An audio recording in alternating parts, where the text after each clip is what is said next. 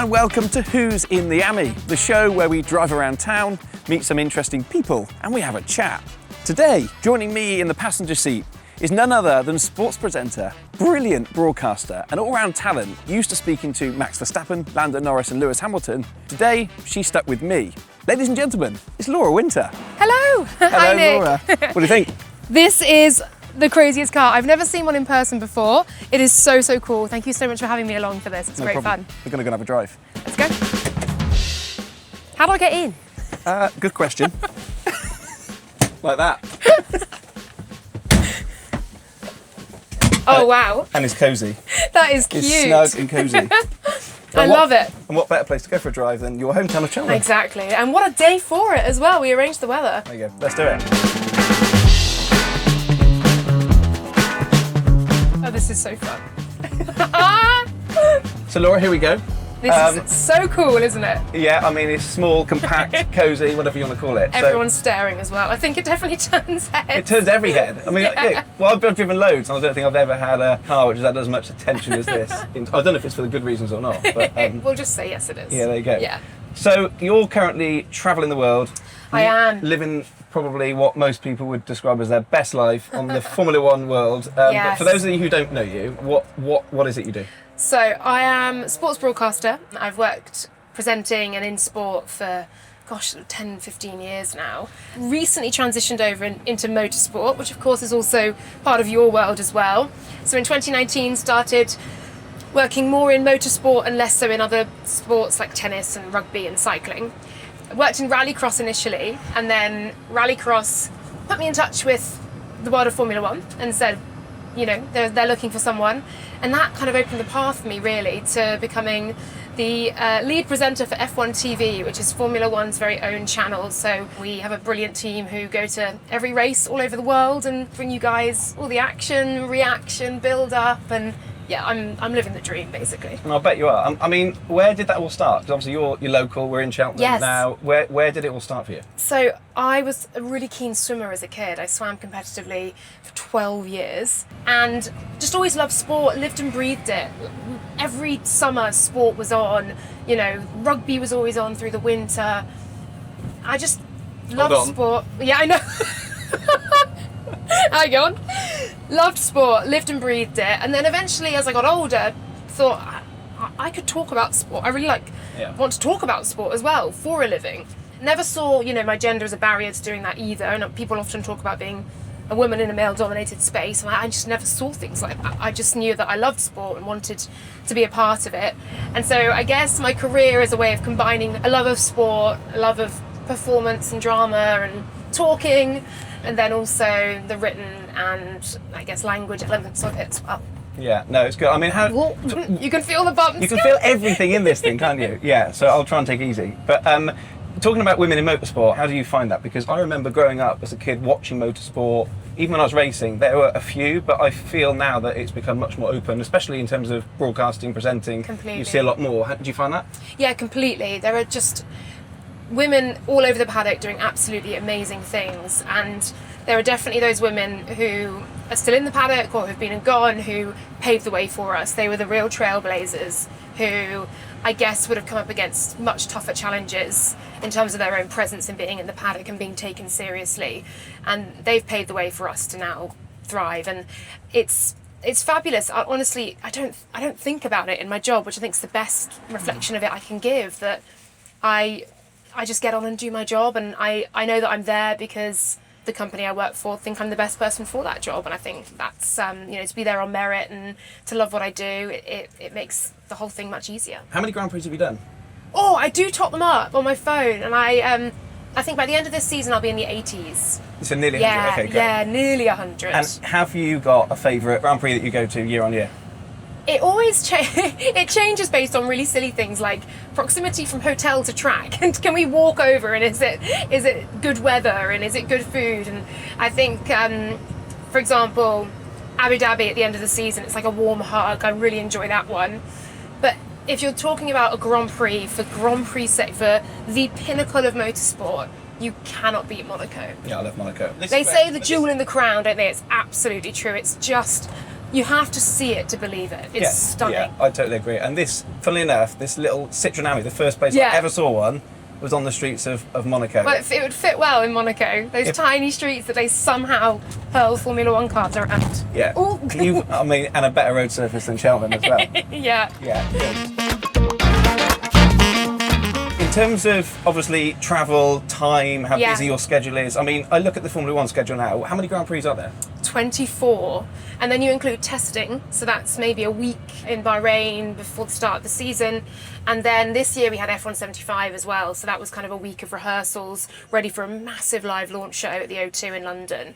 So you kind of had 2 weeks of pre-season stuff into then the season. And I say 24 weekends, but we're away sometimes for, if it's a triple header, you could be away for 3 weeks. It's crazy trying to fit that schedule in. Obviously, how many Grand Prix out of the year do you do? This year I'm doing 18 plus testing in the F175 launch. So you're looking at 20 weekends, and then you always pick up little bits here and there, either after a race or before a race. So it builds up. Yeah, you're looking at half the year really you're spending away from home. You're normally the presence of the likes of Max Verstappen, Lewis Hamilton in London. You got me today. The pleasure of me today. But on that subject, you obviously meet lots of people, not just the drivers. It's amazing. Yeah, I've interviewed Gary Lineker. He once came to Cheltenham when they were in the FA Cup, and I just boldly. This is when I worked for the Gloucestershire Echo and Citizen here as a sports reporter, and I just boldly walked over and said, "I'm with the local paper. Give us an interview, Gary." Yeah, and he was great. He was great. Yeah. And then Roger Federer on the grid as well. That was very cool. But then obviously Lewis Hamilton, Max Verstappen, they are global icons now, as much as they are sportsmen as well. Yeah, for anyone who doesn't watch Formula One, Drive to Survive come out, and I feel that put Formula One on the map firmly. Gosh. And I think it opened it up. Yeah. Even family and friends of mine who never actually got what motorsport was about, they watch it now and they think, I actually understand it. I think that helped massively. But it is, I said earlier on, it's a circus, isn't it? It's literally like this. It goes around the whole world. It is absolutely bonkers. So this paddock springs up, so the paddock being where all the motorhomes are, all the garages are, leading into the pit lane, where all the cars are then obviously stored and then drive out onto the racetrack. This paddock springs up in 24 locations around the world. The operation, the logistical operation just to get this paddock to 24 different locations is absolutely crazy. It's become the hottest ticket in sport. Everybody wants a piece of it. Everybody wants to get into hospitality, get into the paddock, get a VIP pass, meet the drivers. It is absolutely brilliant. There's an incredible buzz. But then also, I mean, yes, it's amazing to be part of that circus, but I love the sport. For me, the racing is what really matters. So, almost into the back. Late braking. The noise all stops, 3 p.m. race day.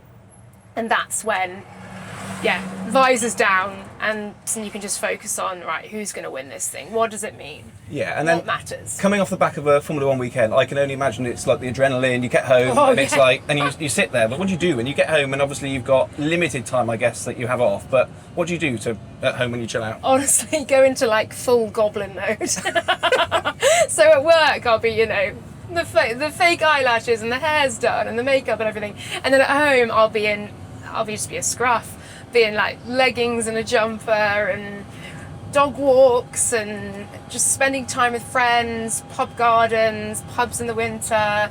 Less so now I'm pregnant. Congratulations. Thank you. Yeah, thank you. But I'm enjoying the non-alc selection. My friend's bar is here as well, Planet Caravan, so we will often be in there. Nice. But yeah, very much just enjoying a really simple life here, which I think is so important. And it's actually one of the reasons that I live here, is because the world of travel and sport and motorsport is so crazy that it's so full of adrenaline, and as you said, your cortisol and your stress levels are so high, in a good way, probably in a bad way as well.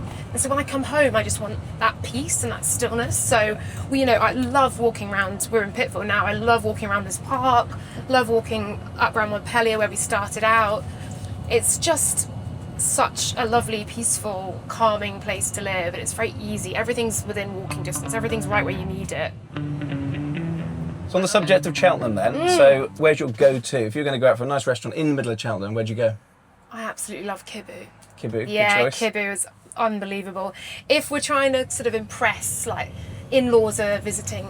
Muse, really lovely. Yeah. Muse is gorgeous. Kibera and Muse are my go-tos in terms of restaurants. Also love Bosco, mostly for the location. That terrace in the sun with a bottle of rosé is...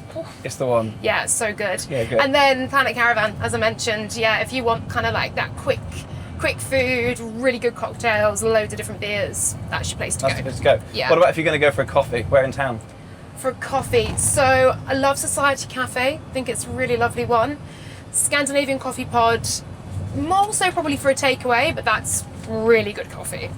Yeah, there's some lovely little places that pop up. Baker and Gray's, Sorrel, Parley, the new place as well. That's fabulous. Cheltenham's full of it, isn't it? It's a great place to be. One of the things I love about it is that there are so many lovely independent cafes and restaurants and coffee shops, and yeah, that's something I really enjoy. Well, it must be pretty good because you travel the world. You see everything. You get a choice of anywhere to be, and you choose to be I choose Cheltenham. Cheltenham. Yeah, exactly. I don't know what that says about me or Cheltenham. So if you had to summarise Cheltenham in one word, what is it? So I think I would say home. As cringy as that may sound, it's just home for me. It's so familiar, it's so comfortable, it's so pretty. It just, this is where I live. This is it, you know. I think for those visiting, I would say, at perfect timing, we're driving literally down the prom and it looks beautiful. Getting the most strange looks I think I've ever been down the prom. I mean, you'd be walking down here with nothing on. I think the people wouldn't know I know. But I would say elegant. Cheltenham has a real elegance to it as well. That is, really, it's just really beautiful to live here, to walk around. And as I said, today is showing it in all its glory as well. So human nature now, we wake up, I know I do it, you get up in the morning, you look at your phone, what's your first app that you check? Yeah, it's bad, isn't it? I look at all these things which say you must, wake up naturally to an alarm clock and your phone should be in another room, and I'm awful and have my phone next to my bed and pick it up. So I turn my alarm off and then I probably see if I had any WhatsApps, and then I have a little scroll on Instagram. But the good ones are, I go to Aura and check how I slept, even though I know that I probably know how I've slept, but I look at all my stats overnight like a nerd. And we then also do the New York Times puzzles every morning. It's really You've got a routine. Well. Yeah, I do. And I really enjoy like an hour in bed in the morning with a coffee. We do Wordle, which Wordle was a thing obviously during like COVID, wasn't it? I remember Wordle. I used to do it. Wordle's got to come back. Are you still doing that? I'm obsessed. I love it. Someone I know who does it every single day. Yeah. I'm looking and thinking, I do it every day. Oh wow, still to It's this so day. nice for your brain in the morning. You just switch everything on. So we do Wordle, connections, the mini crossword, and then I do a Sudoku. That's a busy morning. I've achieved a lot. So we're going to have a game now of this or that, a bit of fun, where I'm going to give you a few questions. Okay. You answer them as accurately as you think you can. Okay. Okay, so would you go on a beach holiday or a city break? Beach holiday. I love the sea. It's my happy place. Is it? If I could place Cheltenham sort of within proximity, like a half hour or so from a beautiful beach, I would pick it up and do that. It would be ideal, wouldn't it? Yeah. Good. Yeah. Are you a night owl or a morning bird? More morning. I actually have an aura ring, which really nerdly tells me exactly what kind of person I am, and I'm a late morning person. Okay, what about call or text? Either or. I don't mind it. I think if something's really logistically tricky, just call someone. Yeah, maybe that's very millennial of me. Gen Z hate calls, don't they? Oh, go. Sorry, thank you. It's good to have got you in as a passenger. I think millennial people are kind of like bridged between the two, aren't they? So, bit of both. Tea or coffee? Coffee. 100%. That was not an It's not. on-the-fence answer. No, I drink the odd herbal tea, peppermint, lemon and ginger, got a lovely vanilla chai at home actually as well. Yeah. But coffee. And I'm a bit of a coffee snob, so it's got to be really good. And I suppose finally, what advice would you give to someone looking to start, I don't know, they're looking to start their journalism career, they see you on TV, they are passionate about the sport they're in, what advice would you give? So I think I get a lot of questions asking how to become an F1 presenter or F1 journalist, and I always try and reiterate that there's no such thing really as an F1 journalist. It's a journalist or a sports journalist. So I would really say to learn, get a degree if that's what you want to do, get a college qualification in sports journalism, and get as much experience in as much a varied portfolio of work as you can. That's really what I did, which meant that when I was able and did make the move across and transition into motorsport, I felt really ready to. Yeah. So that's definitely something I'd say is get as much experience as you can and work as hard as you can. Yeah, good. Laura, it's been a pleasure. It's been an absolute pleasure. Thank you for joining me. I've loved this. Thank you so much. Yeah, we've still got some charge, unbelievably, in this little thing. Not managed to get over 20 miles an hour, but... No, it does. But as a little go around for town, it's perfect, isn't it? 41 miles we've got left. 41 Keep miles. going. Look at that, we can keep going. We'll join you next time. Whee!